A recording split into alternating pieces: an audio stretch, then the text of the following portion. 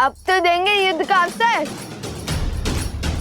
हम भी तो देखे कि जिसके प्रहार ने लंका के हर असुर के मन में भय भर दिया था, उसमें भला कितना बल है।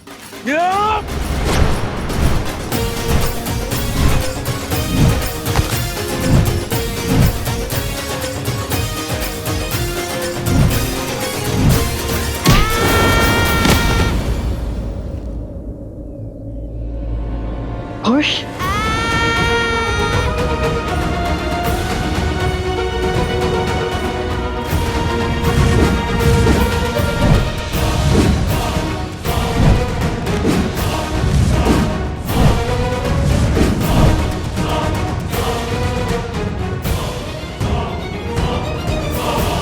अब भी समय है बालकों, दे दो अपना पूरा परिचय।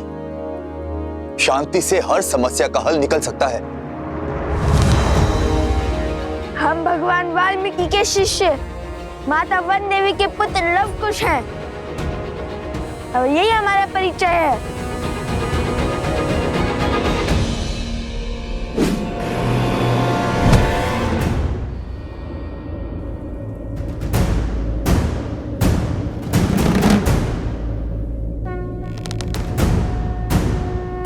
चल जा।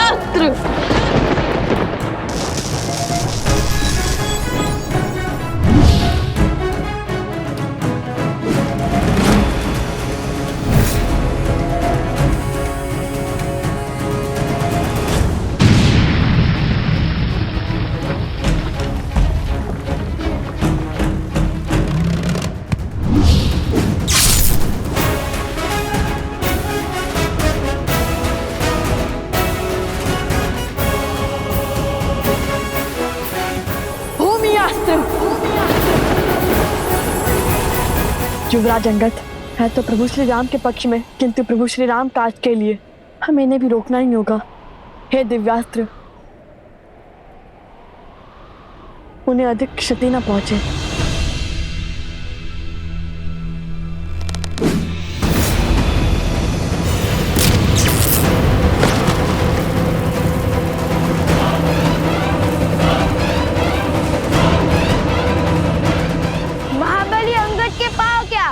वो स्वयं संतुलन खो बैठे।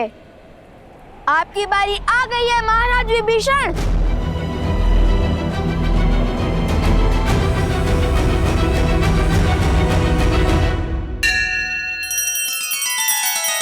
श्री रामचंद्र कृपालु भजु मन हरण भव भय दारुणम।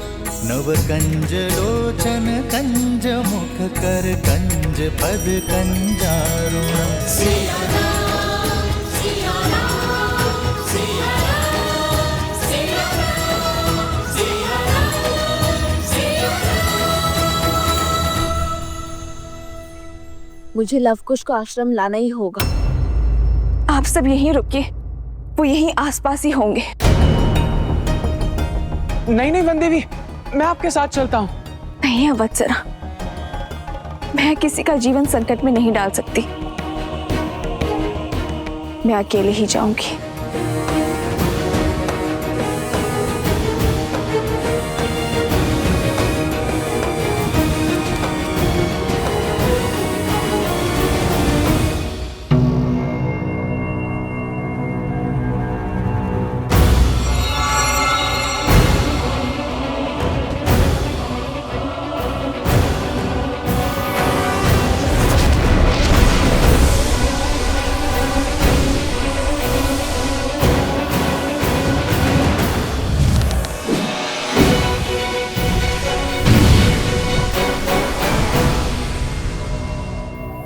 कुश, इन सब का युद्ध कौशल तो राम कथा से जानते थे हम, किंतु ये तो ज्ञानी भी है और पराक्रमी भी।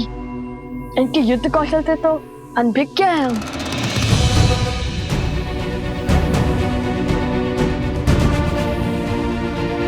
तुम्हें एक अवसर और देता हूं बालकों, अपनी हट त्याग दो। मैं प्रभु श्री राम से तुम पर दया करने का निवेदन करूंगा। इतने शूरवीरों की अवस्था देखकर भी हमें पीछे हटने का आदेश दे रहे हैं आप? निवेदन तो हमारा है, जिस प्रकार अपने भाई के हाथों लंका से निष्कासित होने के बाद श्री राम की शरण में आ गए थे आप।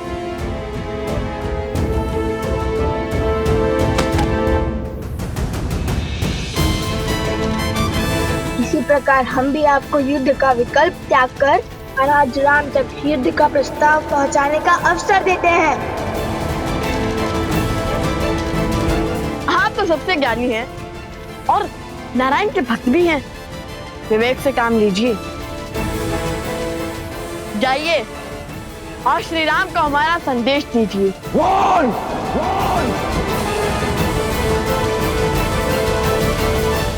ये तो क्रोध से फुफकारने लगे और क्रोध ज्ञान पर आवरण डाल देता है और इनके ज्ञान की सौगंध तो संपूर्ण संसार खाता है। बल के साथ साथ बुद्धि के भी धनी हो बालकों। ज्ञानी को क्रोध दिलाकर व्याकुल कर रहे हैं, किंतु कहीं क्रोध का आवेग विभीषण जी से कुछ अनिष्ट ना करवा बैठे। बालकों, जब तक मेरे तन में प्राण है प्रभु श्री राम यहां नहीं आएंगे।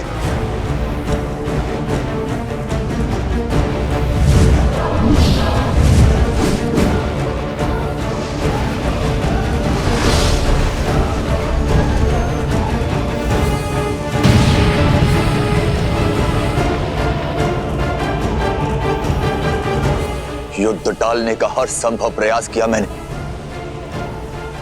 किंतु तुम दोनों ने मुझे विवश किया युद्ध करने के लिए।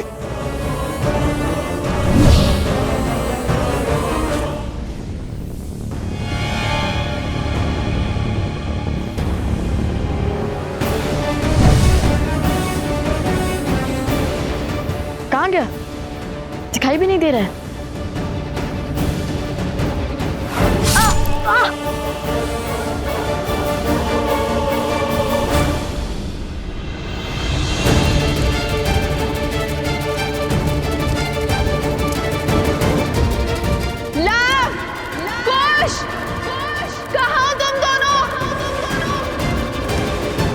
कुश की सुरक्षा चक्र में हमें न और क्रोध मिलाना होगा। कुश, हमें इस सुरक्षा कवच से बाहर निकालना होगा इन्हें।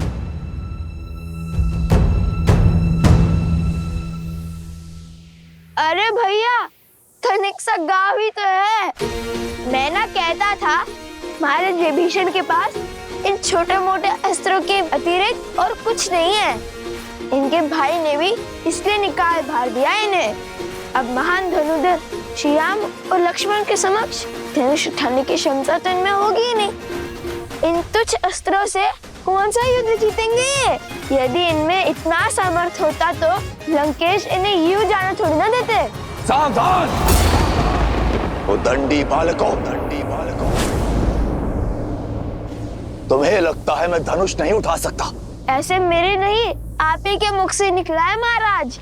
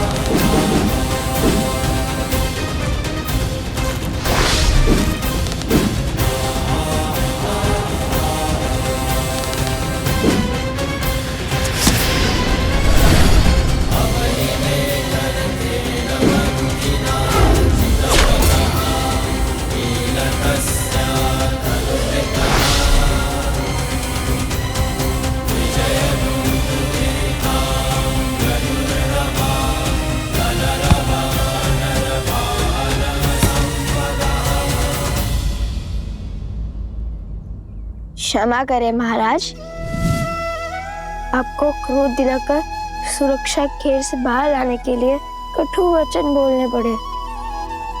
अन्यथा हमारे मन में तो आपके लिए केवल सम्मान ही है। आपके मार्गदर्शन के बिना तो रावण का वध करना भी असंभव था।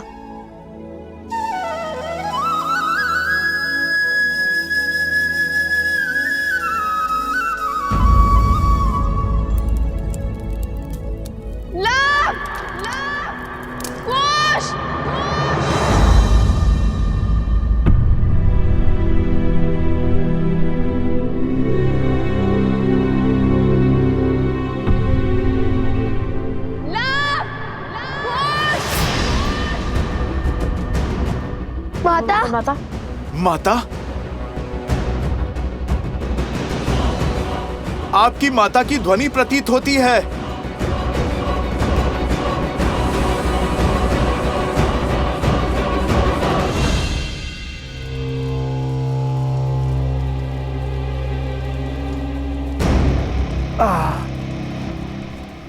एक श्लोक में इतनी शक्ति कि कुछ शब्दों ने हमारी माया को तोड़ दिया।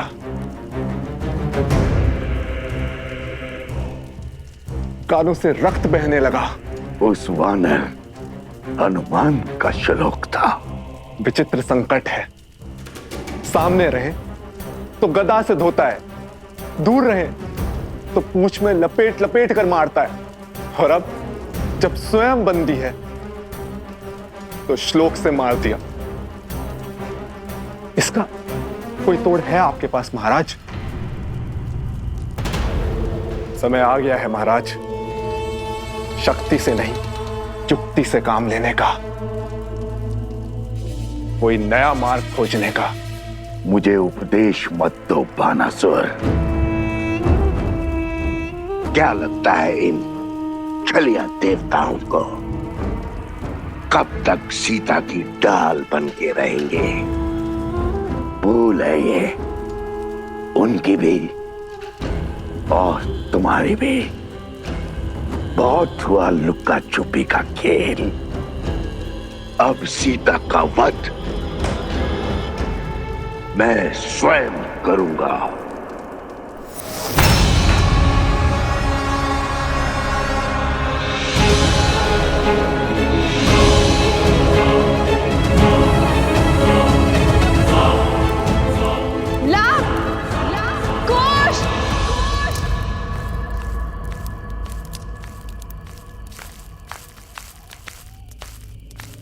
कौन है? कौन है वहां?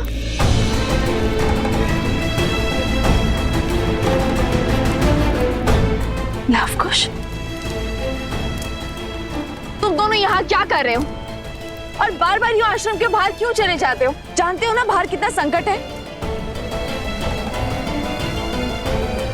माता शांत, हम तो केवल खेल रहे थे यहाँ पर, तो आप इतनी चिंतित क्यों हो रही है? ये क्या है? क्या हुआ ये ला? वो कुल्हाड़ी से चोट आ गई थी तनिक सी। समझ गई, तुम दोनों लकड़ियां काट रहे थे ना?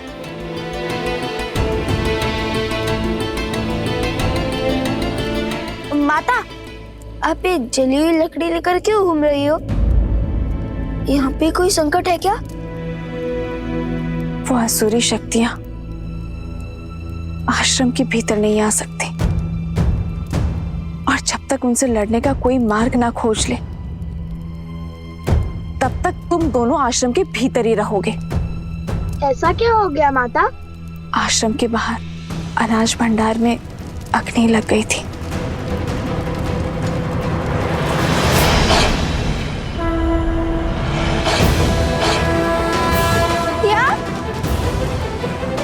शीघ्र ही भीतर चलिए माता, रात्रि अधिक हो गई है। चलो।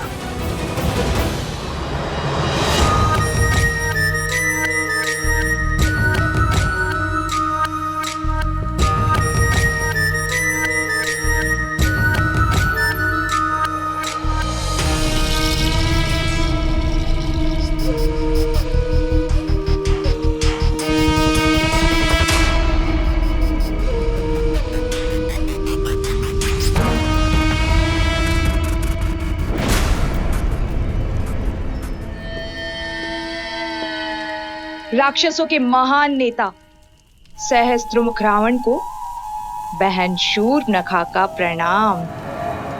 आ गई तुम?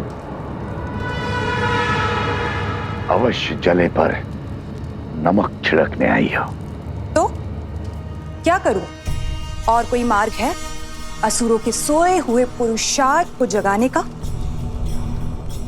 अपने पुत्र की मृत्यु के अश्रु अभी थमे तक नहीं थे कि भैया की मृत्यु का दृश्य देखना पड़ा, और उसके पश्चात राक्षसों का संपूर्ण साम्राज्य समाप्त हो गया। असुरों का राजा वो भेदी विभीषण राम के तलवे चाट रहा है और आप राम और सीता के नाम की माला तक नहीं तोड़ पाए। अरे उन्हें चोट पहुंचाने के स्थान पर स्वयं चोट खा रहे हैं।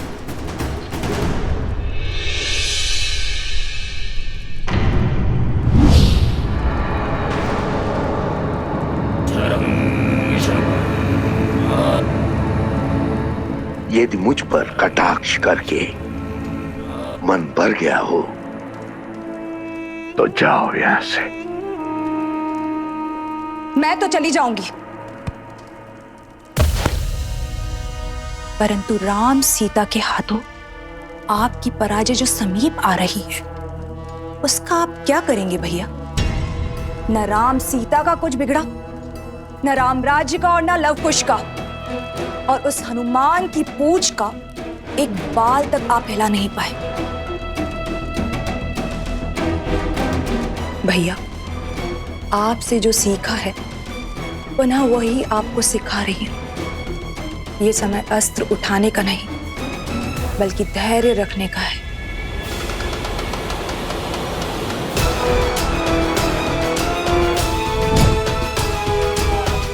राम के भीतर लवकुश के विरुद्ध अग्नि भड़क चुकी है भैया, परंतु क्या उसके मन में उन बालकों के लिए इतना क्रोध है कि उस अग्नि से उन दोनों बालकों को जलाकर भस्म कर दे?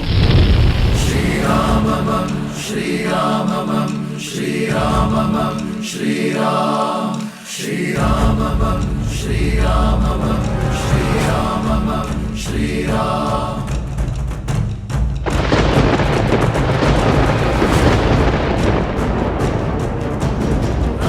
राम रामेति रमे रामे मनोरमे सहस्रनाम तत्तुल्यं राम नाम स्मरानते। कभी नहीं सोचा था कि इस धनुष को दोबारा उठाना पड़ेगा, किंतु अब अयोध्या के गौरव के लिए इस धनुष को उठाना अति आवश्यक है।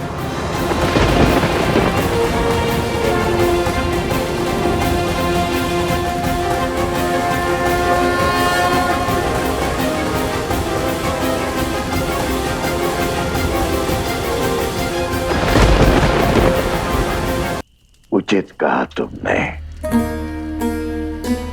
अब तक मेरा ध्यान कहीं और था।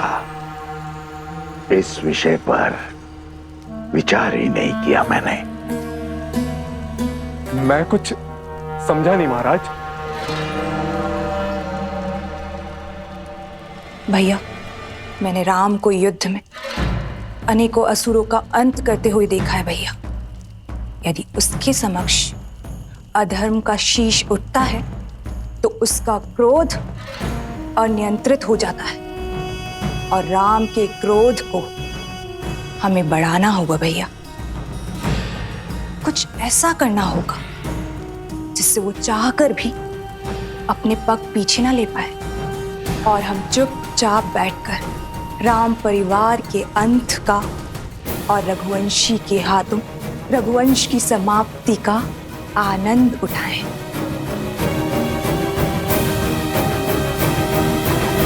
नहीं, राम का क्रोध हम बढ़ाएंगे कैसे? बढ़ेगा। धर्म के अनुचरों की सबसे बड़ी दुर्बलता धर्म भी तो है।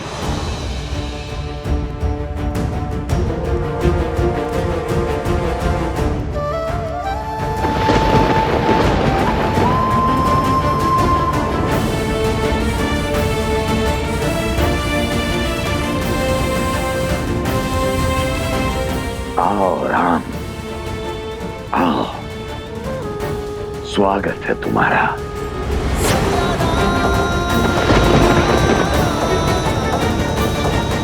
मैं और मेरा उपहार तुम्हारी प्रतीक्षा करेंगे।